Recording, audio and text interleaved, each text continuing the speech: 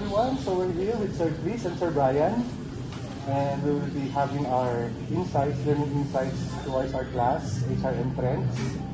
So we have Sir Chris as our guest. Yes. Well, anyway, good day to the both of you. I'm happy that we are here together. But anyway, we'll be talking about the insights of what we learned from the class. Doc Verana has been very passionate about helping us and facilitating the class to learn and make it a more meaningful learning experience to all of us. So for me, I think the top three, the insights or the top three topics that I really like are artificial intelligence.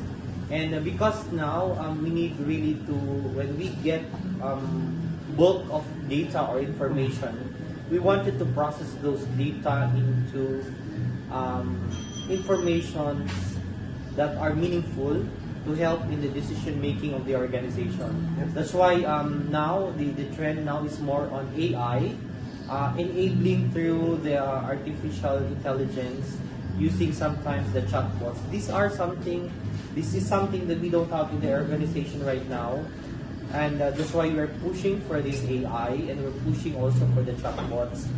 This is of course because of the disruptive environment now that HR needs to be more innovative and really have to put something new to the organization to adapt to the new normal. And what are the other two? well, the second one is the total compensation. I understand it is really the role of HR that when we explain to people, it's not more on the monetary component. It has compensation, total compensation has to be packaged in a manner that it involves both the compensation or the monetary component and the benefits as well.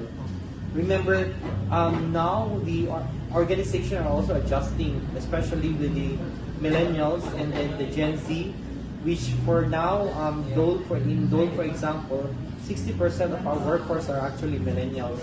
That's why we re-engineer on how we provide benefits. For example, it has to have options. Every employee has the opportunity to choose his own or her own benefit according to his or her needs. So that is more on the flexibility of benefits and then plus the compensation. So it's not, you see in some organizations they have very high compensation money component, but they have zero benefit, for example. But now it is the duty of every HR that it should be normalized that every time we hire people, we should be able to discuss with them both the monetary and the benefits component, or that is the total compensation package. I'm not sure how about in the hospital. How do you? The paradigm has shifted from the basic and what we call the conventional way of paying the people.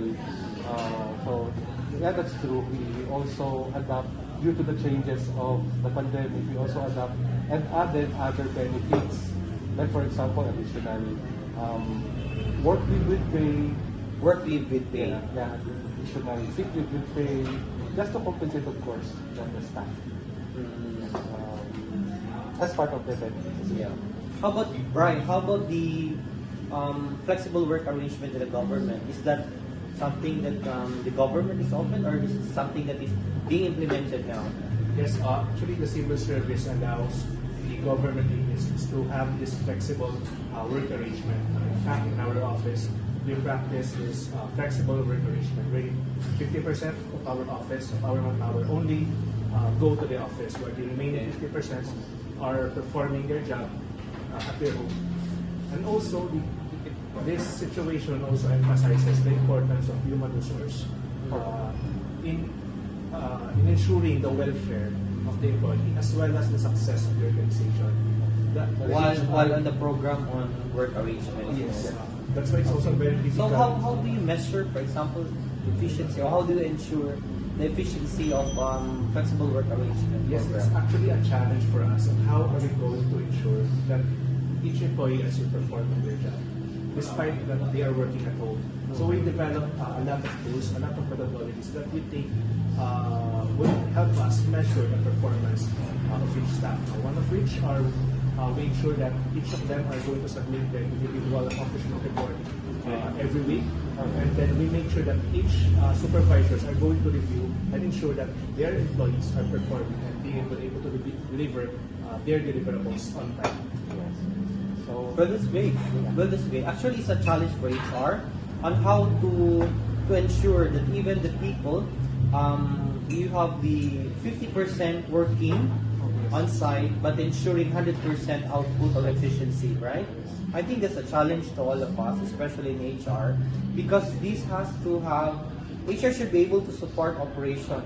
HR should be able to support services that will be provided by the organization. yeah.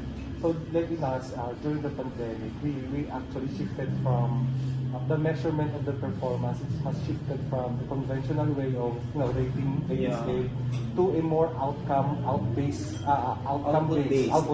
Okay.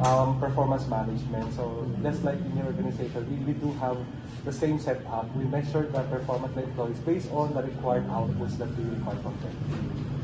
So that means no more criteria on attendance, Yes, exactly. no more criteria We have been very flexible. on tardiness, but Yes. it's more on the output. Output, yes.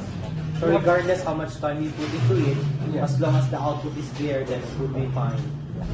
Like we have That's been great. very lenient with the tardiness. During, if you remember, in the lockdowns, there's a difficulty in the transportation. So employees really tend to be absent or ask for a consideration for being late. So that is why we tend to give them a wide array of output-based performance-based, we call this performance-based, I don't know, output-based Output-based performance. output-based performance. Okay, that's great. Well, I think we've learned a lot from the subject. We've learned a lot from this one. I think without really having this subject, we're not able to appreciate or we're not able to learn from each other on what else are relevant and what else what are the new technology or the new systems to be able to that can be implemented in our organization. So basically, well, it's really good. It's really when we are learning, we know from we learn from each other. We learn from the team. We learn from our facilitators. So that's why Dr. Rana would always say it is always good to have a lot of people around and a lot from different industries so that we'll be able to learn from each other. Okay? Well, basically, thank you for the input. Thank you so much, sir, please. Thank you. Yeah, thank you, and this is really a great discussion. I hope we'll have more discussion in the future. Thank you so much, Ronald and Sir Brian. Okay? We're done. Uy, nakita. Mga sa tabi. The voice record naman din, sir.